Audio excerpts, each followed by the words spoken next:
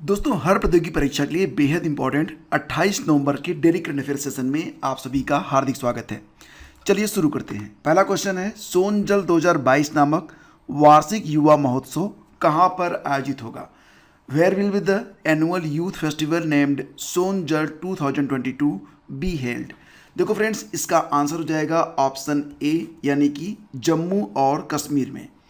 तो जम्मू कश्मीर में सोन जल 2022 यह एक ऐसा महोत्सव है जो कि एक टैलेंट हंट के रूप में आयोजित किया जा रहा है कश्मीर विश्वविद्यालय में। और इसका उद्घाटन किसने किया?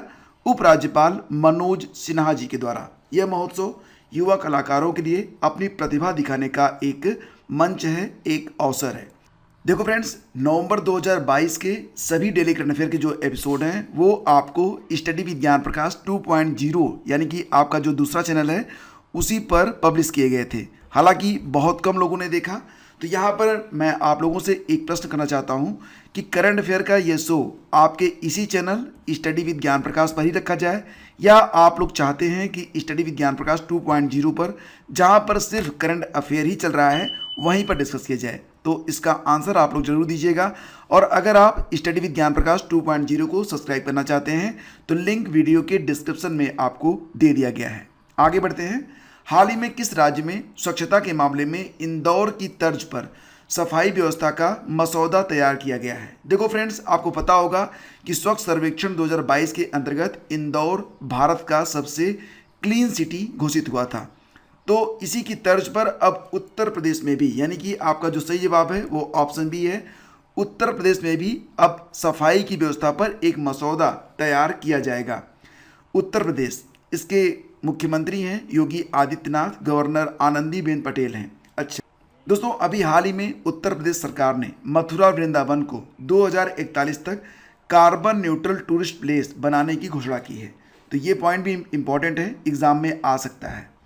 अगला क्वेश्चन है, हाल ही में किस देश की स्टेफनी फ्रॉपार्ट, नाम जरूर याद रखना, स्टेफनी फ्रॉपार्ट पुरुषों के फीफा वर्ल्ड कप में अंपायरिंग करने वाली पहली महिला बनी है। जैसा कि आप लोग जानते हैं, फीफा वर्ल्ड कप 2022 का आयोजन वर्तमान में कहाँ पर हो रहा है?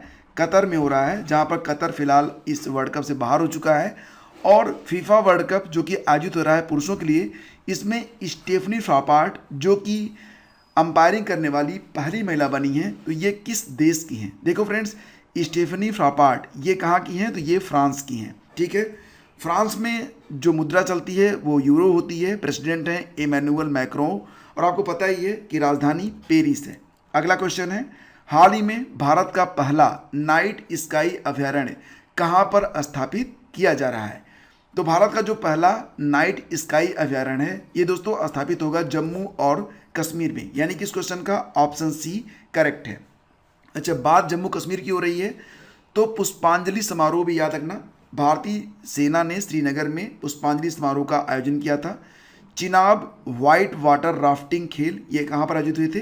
जम्मू कश्मीर में ही। गृह मंत्री ने जम्मू कश्मीर में पहाड़ियों को एसटी का दर्जा देने की अभी हाल ही में घोषणा की है।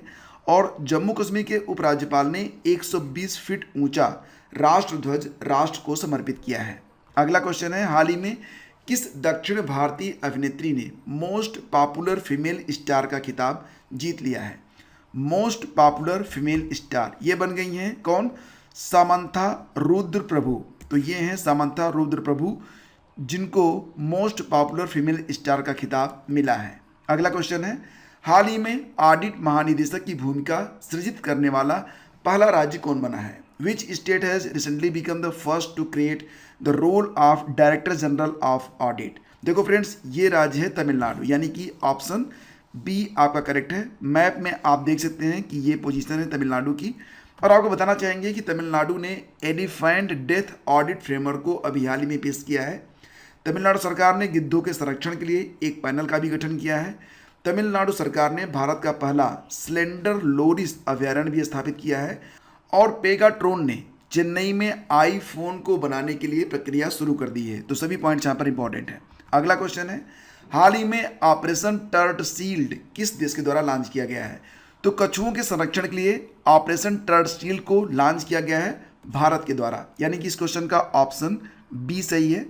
हाल ही में पत्रकारिता के क्षेत्र में उत्कृष्टता के लिए डॉक्टर मंगलम स्वामीनाथन राष्ट्रीय पुरस्कार 2022 से किसे सम्मानित किया गया है? डॉक्टर मंगलम स्वामीनाथन राष्ट्रीय पुरस्कार 2022। देखो फ्रेंड्स, ये पुरस्कार दिया गया किसको? देखो, अगर आपके दिमाग में आ रहा है राजेंद्र पवार तो ये गलत हो जाएगा। राजेंद्र पवार को अभी हाल ही में फिक्की का लाइफ टाइम अचीवमेंट अवार्ड मिला था।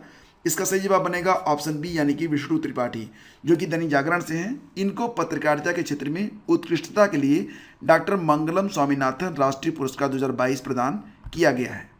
हाल ही में हिंद महासागर रिम एसोसिएशन की मंत्री स्तरीय की 22वीं बैठक कहाँ पर आयोजित की गई? Where has the 22nd meeting of the council of ministers of the Indian Ocean Rim Association been held recently. तो फ्रेंड्स, ये जो हिंद महासागर रिम एसोसिएशन की मंत्री स्तरीय बैठक हुई, ये कहाँ पर हुई थी? बांग्लादेश में हुई थी, यानी कि इस क्वेश्चन का ऑप्शन बी करेक्ट है। अच्छा, आपको याद होगा कि 2022 में बांग्लादेश में ही भारत और बांग्लादेश के बीच एक सैन्याभ्यास हुआ था। उसका नाम क्या था? संप्रति यक्स, आप याद रखना। हाल ही में किसने India the mother of democracy नामक पुस्तक का विमोचन किया है? तो इसका विमोचन किया गया है हमारे केंद्रीय शिक्षा मंत्री, कौन है? जी हाँ, ऑप्शन सी, धर्मेंद्र प्रधान के द्वारा। अब एक प्रश्न है आप लोगों के लिए, इसका आंसर आप लोग फटाफट नीचे कमेंट बॉक्स में लिख दीजिए। हाल ही में किस राज्य सरकार ने 22 लाख किसानों का 14 लाख का कर्ज माफ करने की घोषणा की है? तो हरियाणा, उत्तर प्रदेश, राजस्थान या फिर उत्तराखंड। देखो फ्रेंड्स, अगर चाहते हैं आप कि ये जो सेशन है लगातार इसी चैनल पर रहे या फिर स्टडी विद ज्ञान प्रकाश 2.0 चैनल पर रहे, तो इसके लिए प्लीज़ कमेंट करके हमें बताइएगा जरूर। Thank you so much, have a great day. जय हिंद।